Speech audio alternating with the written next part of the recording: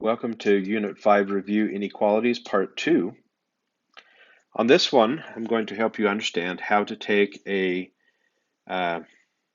inequality that's not simplified, simplify it to be written as an inequality. So we'll first go into here, and then we'll take that amount and figure out how to write it into terms of a number line, and finally we'll take that and put it into an interval. Okay, so remember when we deal with inequalities, we just treat them as if they were equal signs. So at this stage of the game, we just treat this sign as if it was equals. We just ignore it, don't move it around or anything. We'll check it at the very end to make sure that the sign is still pointed the correct direction, and that will confirm whether we maintain the same sign or not. It'll make sense as we go on here. All right, so to begin with, I'm going to use a decision box. Many of you have learned how to do that. So what we do is we look at x first. We want to solve for x. So this is a decision box for x. All right, then what we do is we list items as we move away from x until we get to equal either the inequality or the equal sign.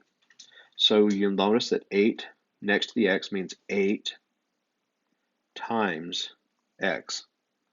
Then the next one away from x is this 2.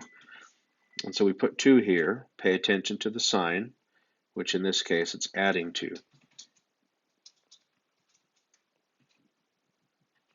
Okay, so all that did was help us understand which way to do things.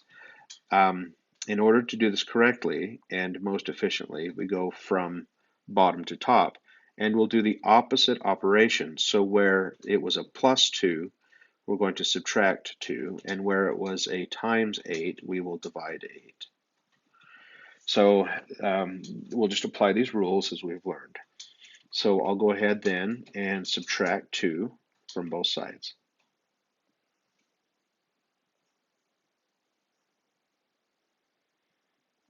Carried the sign down and anything left over. Okay, so we did the first step here. Now we'll do the next step.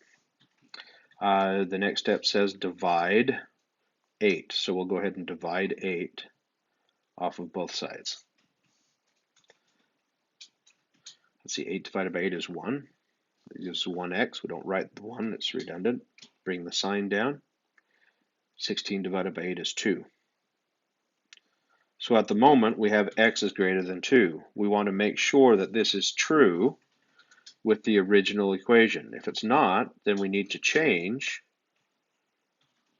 the sign, what we ended up with here. And of course, if we can remember the rule, no problem, we're good to go. Here we go. So we're going to plug this back in up above. We'll go ahead and try it.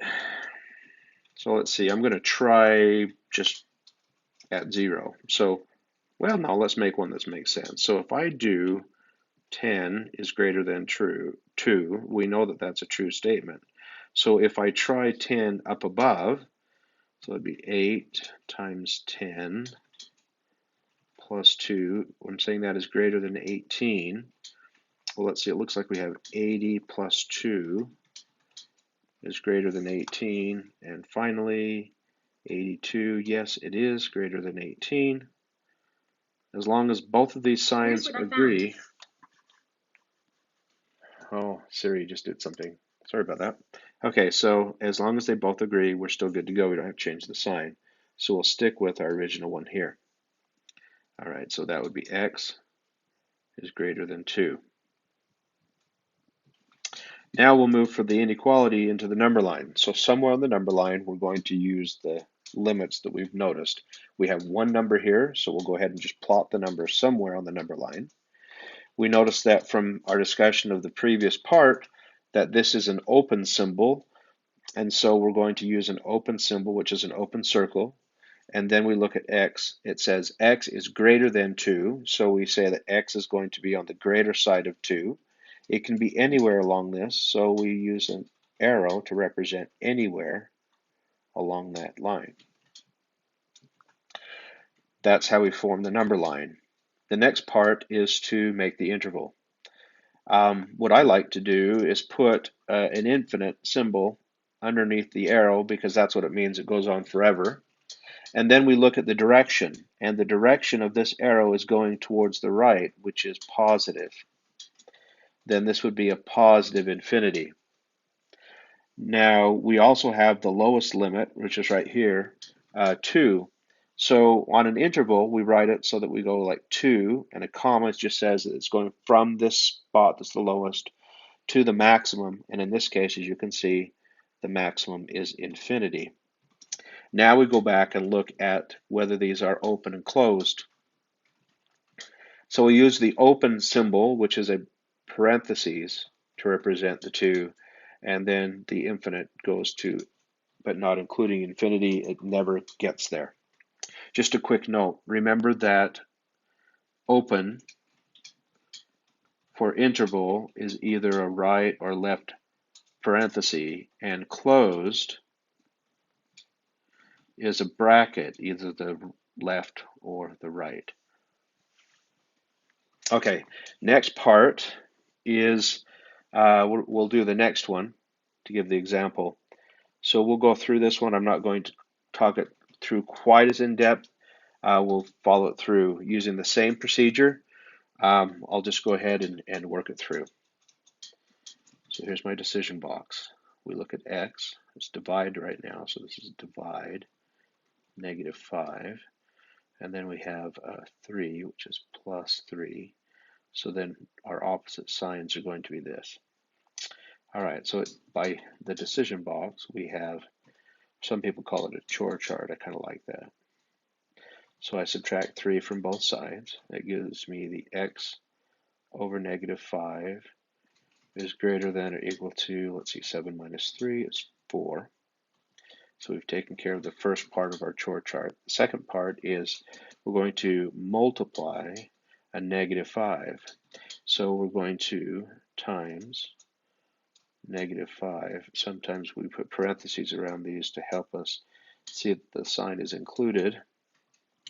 So then if you remember the rule, we're probably going to have to change that sign because we're multiplying or dividing a negative across the inequality. But for now, I'm going to assume that I forgot that, and we'll just go ahead and do it and then test it and see what happens. So the next piece would be, let's see, -5 divided by -5 is 1. It gives us x. Bring down the sign. 4 times -5 would be -20. And I want to check it and see if it's true. I want to pick something that's greater than -20, and I like to choose easy ones, so I'm going to try 0, because 0 would be greater than or equal to -20. And so this is true, a true statement here. I want to check, is that also true on the original? So if I do that right here, we have 0 divided by -5 plus 3 is greater than 7, greater than or equal to 7. So let's see, that goes away. So what it's saying here is 3 is greater than or equal to 7. Well, that's not true. That's a false statement. These two signs have to agree. So one way to do that, well, the only way to do that is just to take the resultant expression down here and just change the sign's direction. It's not arbitrary. There's actually reasons for it, and if you'd like, certainly ask me about it, and I can go back later and show you exactly why that's so. But now, if I say x is less than -20, I'd have to choose something less than. Well, this becomes false now, right? Because 0 is not less than -20. So if it's false and these are false, they both are in agreement. So this says that our inequality is going to be x is greater than, x is less than or equal to -20. We follow the same process, pick any point, put our limit, which is -20. It looks like it is open, or not open, it is closed, so solid. Then we think about or read it out loud. x is less than or equal to negative 20, so x is going to be on the least side. So our arrow goes towards the least side. Okay, so we've done the inequality. We have done the number line. Now let's prepare to do the interval. So the interval we want to identify, here's an arrow. It's going to go on forever. We look at the direction. The direction is going towards the negative, so we put negative. Now, for the interval, if you may recall or not, the general rule is it's either going to be this symbol or squared, right? It's going to be one of these, separated by the minimum, and then going to the maximum, followed by, once again, one of these symbols. That's the general case. So to do that, we'll go ahead and look along here, and we find that the minimum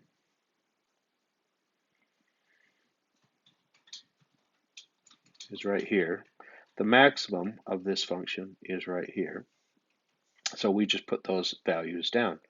The interval is negative infinity to negative 20.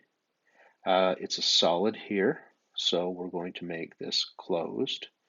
And then we need to remember that an arrow going to infinity never quite touches it. It always approaches infinity, never quite gets there, because you can't do that. I mean, think about Buzz Lightyear, right? To infinity and beyond. So then we just put an open symbol every time that we have infinity. Okay, there we go for part 2. We'll now proceed in a minute for part 3.